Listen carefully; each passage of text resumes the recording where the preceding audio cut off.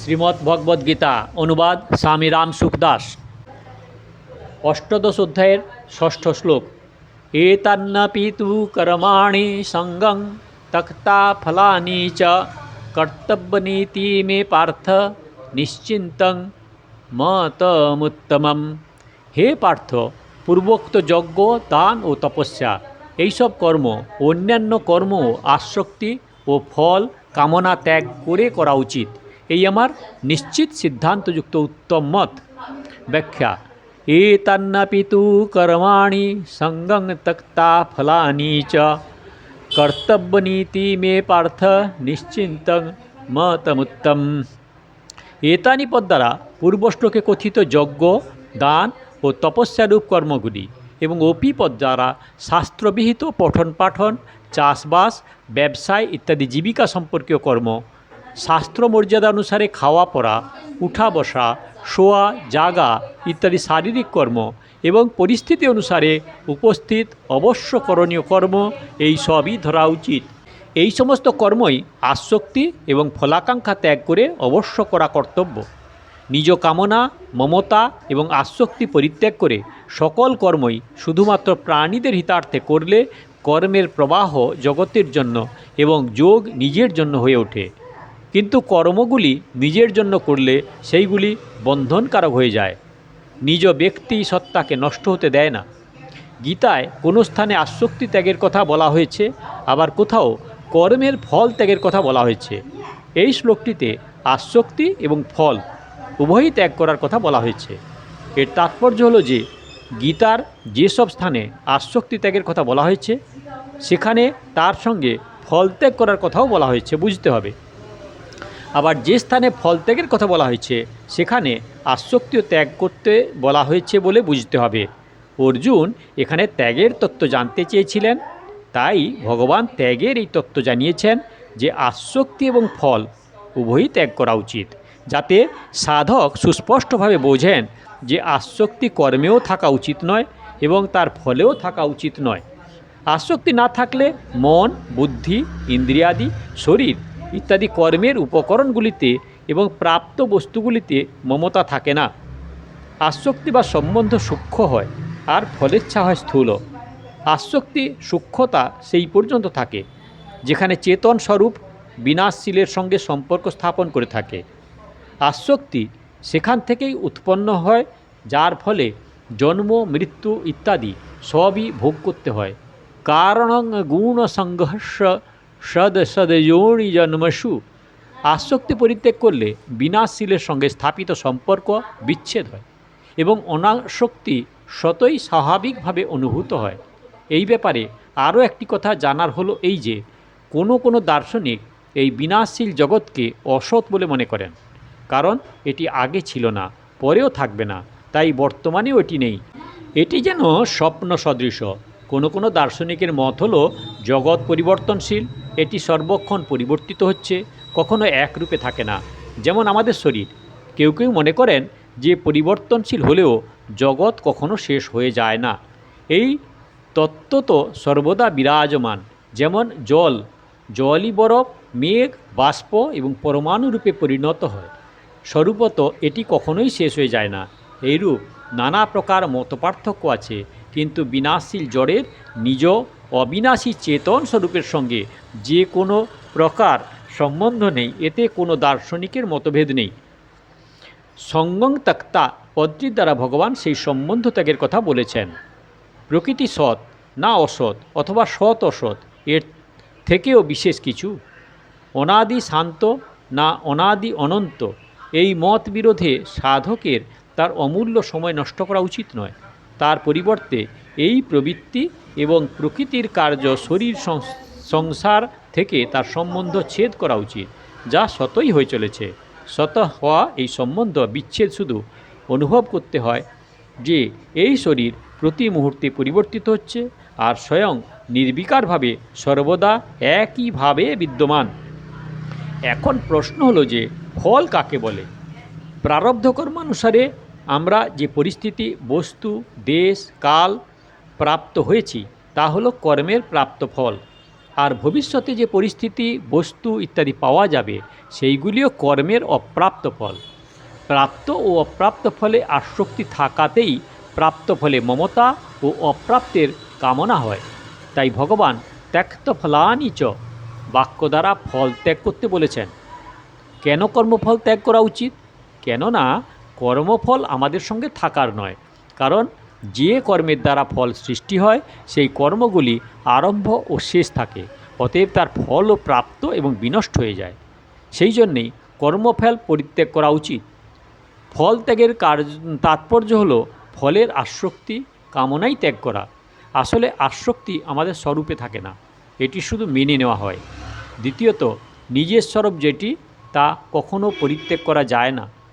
যেমন জ্বলন্ত আগুন তার উষ্ণতা এবং প্রকাশ পরিত্যাগ করতে পারে না। যে বস্তু নিজের নয় তাও পরিত্যাগ করা যায় না।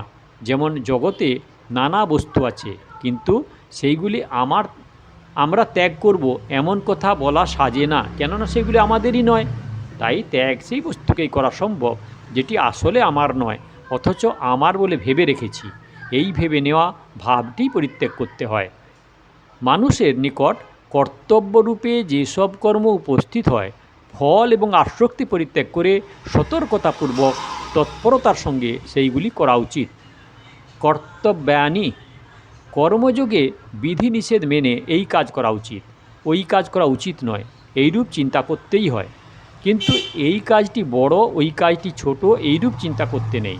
কারণ যেখানে কর্ম বা তার ফলের সঙ্গে নিজের কোনো প্রকার সম্পর্কই নেই, সেখানে এই কর্মটি বড়, ওইটি ছোট, ওই কর্মের ফল বড়, ওইটির ছোট, এমন চিন্তা আসতেই পারে না। ফলের ইচ্ছা থেকেই কর্মটি ছোট না বড় তা মনে হয়, অথচ কর্মযোগে ফলেচ্ছাই পরিত্যাগ করা হয়। কর্ম আসক্তি পূরণের জন্যও করা হয়, আবার আসক্তি নিবৃত্তির জন্যও করা হয়। কর্মযোগী তাঁর সকল কর্তব্য কর্মই করেন আসক্তি নিবৃত্তির উদ্দেশ্যে। নিজের জন্য কর্ম করলে তাতে আসক্তি বৃদ্ধি পায়। তাই কর্মযোগী নিজের জন্য কোনো কর্ম করেন না, তিনি সকল কর্মই করেন অপরের হিতার্থে। তাঁর স্থূল দেহ দ্বারা করা কর্ম, সূক্ষ্ম শরীর দ্বারা হওয়া পরহিত চিন্তা এবং কারণ শরীর দ্বারা হওয়া স্থিরতা সবই অন্যের হিতার্থে হয়, নিজের জন্য নয়। তাই তার কর্মের আসক্তি সহজেই দূর হয়। পরমাত্মা তত্ত্ব প্রাপ্তিতে সংসারের আসক্তিই প্রধান বাধা। সুতরাং আসক্তি দূর হলে কর্মযোগী অতি সহজেই পরমাত্মা তত্ত্ব প্রাপ্ত হন। কর্তব্য শব্দটির অর্থ হলো যা আমরা করতে পারি, যা অতি অবশ্যই করা উচিত এবং যা করলে অবশ্যই উদ্দেশ্য সিদ্ধ হয়। উদ্দেশ্য তাকেই বলা হয় যা নিত্যসিদ্ধ এবং অনুৎপন্ন, অর্থাৎ অনাদি এবং অবিনাশী। সেই উদ্দেশ্য মনুষ্য জন্মেই সিদ্ধ হয় এবং সেই সিদ্ধি লাভের জন্যেই মনুষ্যদেহ লাভ হয়েছে। কর্মজনিত পরিস্থিতিরূপ সুখ বা দুঃখ ভোগের জন্য নয়। কর্মজনিত পরিস্থিতি হলো সেইটি যা উৎপন্ন হয় ও বিনাশপ্রাপ্ত হয়। সেই পরিস্থিতি মানুষ ছাড়াও পশু পক্ষী কীটপতঙ্গ বৃক্ষ লতা নারকীয় স্বর্গীয় প্রভৃতি সকল জনির প্রাণীরাও লাভ করে থাকে। সেখান থেকে কর্তব্য করার কোনো প্রশ্নই নেই এবং উদ্দেশ্য পূরণের কোনো অধিকারও নেই। ভগবানের তার মতকে নিশ্চিতম বলার তাৎপর্য হলই যে এই মতটিতে সন্দেহের কোনো অবকাশ নেই। এটি অটল, অর্থাৎ এটি বিন্দুমাত্র এদিক ওদিক হতে পারে না। এবং উত্তমম বলার তাৎপর্য হলই যে এই মতে শাস্ত্রীয় দৃষ্টিতে কোনো ন্যূনতা নেই, বরং এটির দ্বারা পূর্ণত্ব লাভ অবশ্যম্ভাবী। শ্লোক নম্বর 7। নিয়তত্ত তু সন্ন্যাসঃ কর্মণো নোপপদ্যতে মোহাত্তস্য পরিত্যাগস্তামসঃ পরিকীর্তিতঃ। যে কর্ম নির্দিষ্ট করা আছে তা ত্যাগ করা উচিত নয়, মোহবশত সেই কর্ম পরিত্যাগ করাকে তামস ত্যাগ বলা হয়। নিয়তস্য তু সন্ন্যাসঃ কর্মণো নোপপদ্যতে। আগের শ্লোকে ভগবান ত্যাগ সম্পর্কে নিজের যে নিশ্চিত উত্তম সিদ্ধান্ত জানিয়েছেন, সেই তামসিক ত্যাগ তার একেবারে বিপরীত এবং সর্বতোভাবে নিকৃষ্ট। সেটি জানাবার জন্যই এখানে তু পদটি ব্যবহৃত হয়েছে। নিত্য বা স্বধর্মরূপ কর্ম কখনো ত্যাগ করা উচিত নয়, কারণ সেইগুলি অবশ্য কর্তব্য। সন্ধ্যা উপাসনাদি করা, অতিথি গৃহে হইলে গৃহস্থ ধর্ম অনুসারে তার সৎকার করা, বিশেষ বিশেষ পর্বে অথবা শ্রাদ্ধ তর্পণ আদিতে ব্রাহ্মণ ভোজন করানো, নিজ বর্ণ আশ্রম অনুসারে প্রাতঃ ও সান্ধ্য পূজা করা, এইসব কর্ম না করাই হলো নিত্য বা স্বধর্মরূপ কর্মত্যাগ। মহাত্তস্য পরিত্যাগস্তামসঃ পরিকীর্তিত। এইরূপ নিত্য কর্মগুলি মূর্খতাবশত বা চিন্তা না করে পরিত্যাগ করাকে বলা হয় তামস ত্যাগ। সৎসঙ্গ সভা সমিতিতে যাবার প্রয়োজন থাকলেও আলস্যবশত না গিয়ে শুয়ে থাকা বা আরাম করা, মাতা পিতার অসুস্থতার জন্য ডাক্তার আনতে গিয়ে বা ওষুধ সংগ্রহ করতে গিয়ে কোথাও কোনো খেলাতে আকৃষ্ট হয়ে নিজ কর্তব্য বিস্মৃত হওয়া, কোর্টে মোকদ্দমায় হাজিরা না দিয়ে হাসি ঠাট্টা বা খেলাধুলার সময় কাটানো, শরীরের জন্য প্রয়োজনীয় স্নানাদি আলস্যবশত পরিত্যাগ করা, এগুলি সবই তামসিক ত্যাগের উদাহরণ। বিহিত কর্ম এবং নির্দিষ্ট কর্মের মধ্যে পার্থক্য কী? শাস্ত্রে যেসব কর্ম করার নির্দেশ দেওয়া আছে সেইগুলি হলো বিহিত কর্ম। সমস্ত বিহিত কর্মের পালন একজন ব্যক্তির দ্বারা করা সম্ভব নয়, কারণ শাস্ত্রে সকল বার এবং অতিথি সমূহের ব্রতের বিধান দেওয়া আছে। একজন ব্যক্তি যদি সকল বার অথবা সমস্ত তিথির ব্রত পালন করেন তবে তিনি ভোজন করবেন কবে? এর দ্বারা প্রমাণিত হয় যে মানুষের পক্ষে সকল বিহিত কর্ম করা সম্ভব নয়। কিন্তু সেই বিহিত কর্মগুলির মধ্যেও বর্ণ, আশ্রম এবং পরিস্থিতি অনুসারে যার পক্ষে যা করা কর্তব্য তার কাছে সেটি নিয়ত বা নির্দিষ্ট কর্ম হয়ে থাকে। যেমন ব্রাহ্মণ, ক্ষত্রিয়, বৈশ্য এবং শূদ্র, চার বর্ণের মধ্যে জীবিকা এবং শরীর নির্বাহ সম্বন্ধীয় যেসব নিয়মাদি আছে সেই বর্ণের কাছে সেইগুলি হলো নিয়ত কর্ম। মোহবশত এই নিয়ত কর্ম ত্যাগ করলে সেটি তামস ত্যাগ হয়, আর সুখ ও আরামের জন্য ত্যাগ করলে সেই ত্যাগকে বলা হয় রাজস ত্যাগ। সুখের ইচ্ছা, ফলের আকাঙ্ক্ষা এবং আসক্তি ত্যাগ করে নিয়ত কর্ম করাকে সাত্ত্বিক ত্যাগ বলা হয়। তাৎপর্য এই যে মোহে ভেসে যাওয়া হলো তামসিক পুরুষের লক্ষণ, রাজসিক পুরুষের লক্ষণ হলো সুখ এবং আরামে ভেসে যাওয়া। আর এই দুটি রহিত হয়ে সতর্কতা সহকারে নিষ্কামভাবে যারা কর্তব্য করে থাকেন তাদেরই বলা হয় সাত্ত্বিক পুরুষ। এই সাত্ত্বিক স্বভাব বা সাত্ত্বিক ত্যাগ দ্বারাই কর্ম ও কর্মফল থেকে সম্পর্ক বিচ্ছিন্ন হয়, রাজসিক বা তামসিক ত্যাগে নয়। কারণ রাজসিক বা তামসিক ত্যাগ প্রকৃতপক্ষে কোনো ত্যাগই নয়। সাধারণভাবে লোকে স্বরূপত কর্মত্যাগ করাকেই ত্যাগ বলে মনে করে, কারণ তারা সেটি প্রত্যক্ষভাবে দেখতে পায়। কোনো ব্যক্তি কোনো কাজ কোনো ভাব নিয়ে করছে তা তারা বুঝতে পারে না, কিন্তু ভগবান অন্তরের কামনা, বাসনা, আসক্তি ত্যাগকেই প্রকৃত ত্যাগ বলে জানিয়েছে। কারণ জন্ম মৃত্যুর প্রকৃত কারণই হলো এটি।